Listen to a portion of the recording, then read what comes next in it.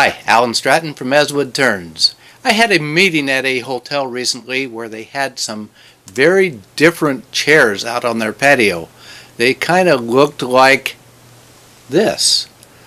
Well, which came first, this or the chair? Well, the chair did. The chair was my inspiration for this project. I decided to make a segmented vase, but experiment a little bit by cutting it open, and then this is not a chair, but it is making an attractive display. So let's make a segmented vase inspired by a chair.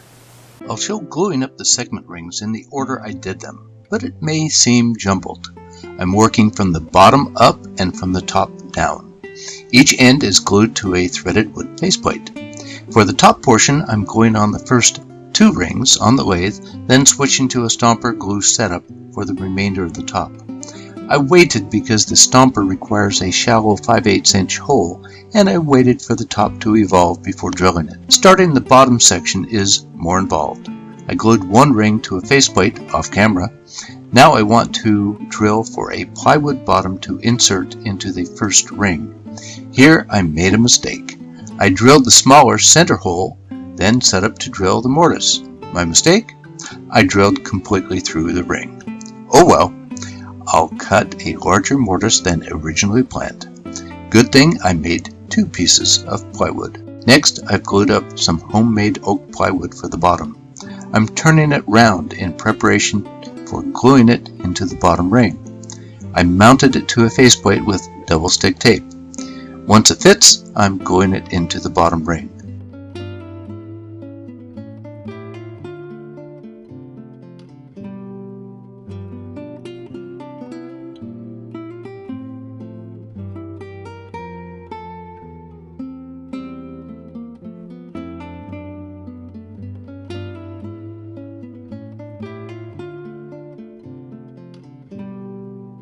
Now back to gluing segment rings to both the top and bottom sections.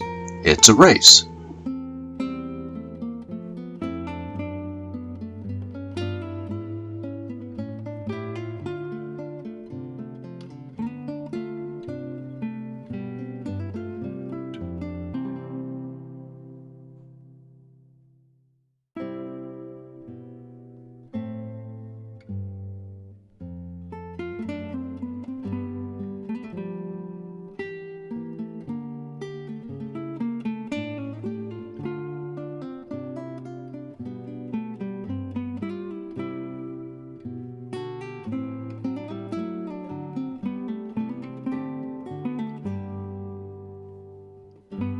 Raise over.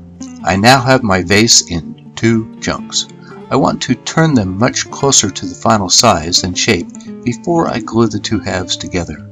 After all, why do deep hollowing through a narrow opening when you don't have to? I'm starting with the exterior of the bottom with a gouge. Once the points of the segment rings are off, tooling becomes much easier, and it's all face grain. Now for the bottom interior. Much like hollowing a bowl but without the end grain.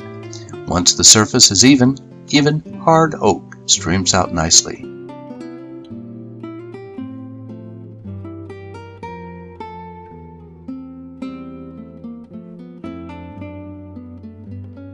Now I'm switching to the top portion. Much like the bottom, I'm smoothing the exterior with a gouge, then hollowing the interior. My objective is to get the mating surfaces of the 2 pieces to match as closely as possible.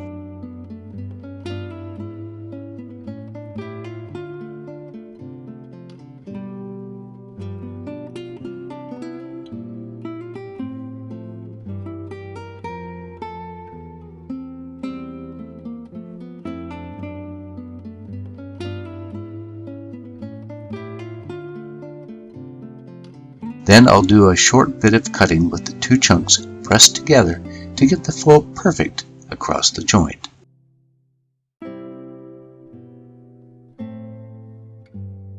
Now back to hollowing the top. The top has more wood hanging out from the faceplate and vibration is increasing. So I'm using my DIY Steady Rest to stabilize the top section. I'm switching between tools to finish this out. One is a round carbide cutter, Another is my round nose scraper.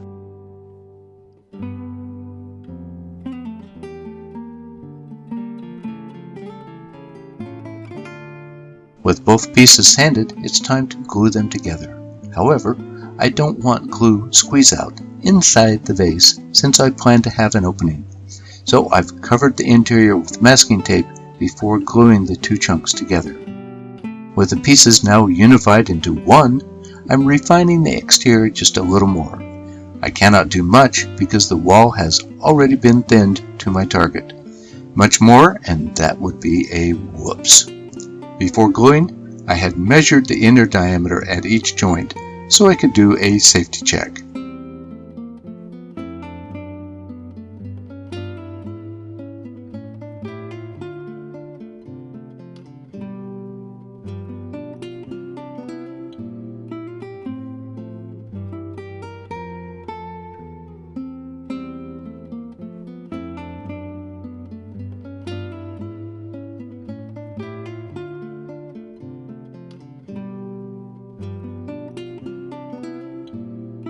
Then a little more at the neck before sanding again up through the grits.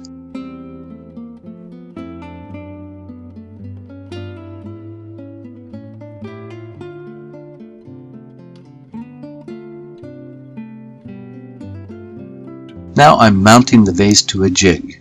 I have a nut and bolt that matches my spindle that will hold a chuck or threaded wood faceplate. This should make sawing on the bandsaw much safer. I didn't swap my bandsaw blade for a more appropriate smaller blade, so I had to do some relief cuts. This is not a problem, since I will sand and refine this edge more next. I also distressed the interior to cover differences in wall thickness between the top and bottom sections. Then finish the vase with shellac friction polish. Then part off the vase. With the opening, I was fearful to hold the vase much, so it got away from me. With a pile of shavings on the floor, no damage. Then some quality time with my Proxxon tool with a rasp cutter to shape the bottom into 3 feet.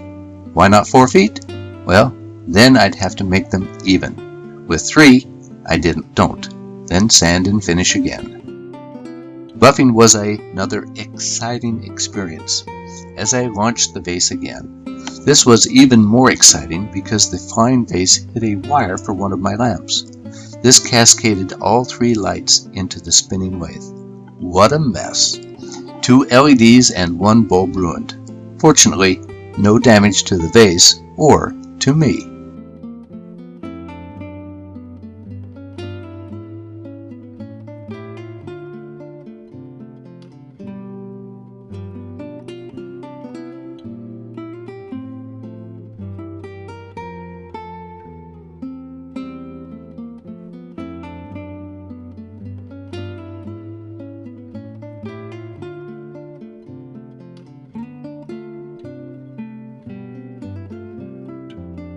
After cleaning up the mess, the final buffing for a nice peekaboo vase. My wife took advantage of this to make a shell and coral scene. Despite the excitement, I'm happy with my vase. It's different and can display anything I want on 2 levels. My new bandsaw jig worked great too. I plan to do more with different configurations. With that, we'll see you again next week with another wood turning video. I love feedback via comments. Please like this video, and if you haven't already subscribed, please subscribe to both my website and YouTube channel.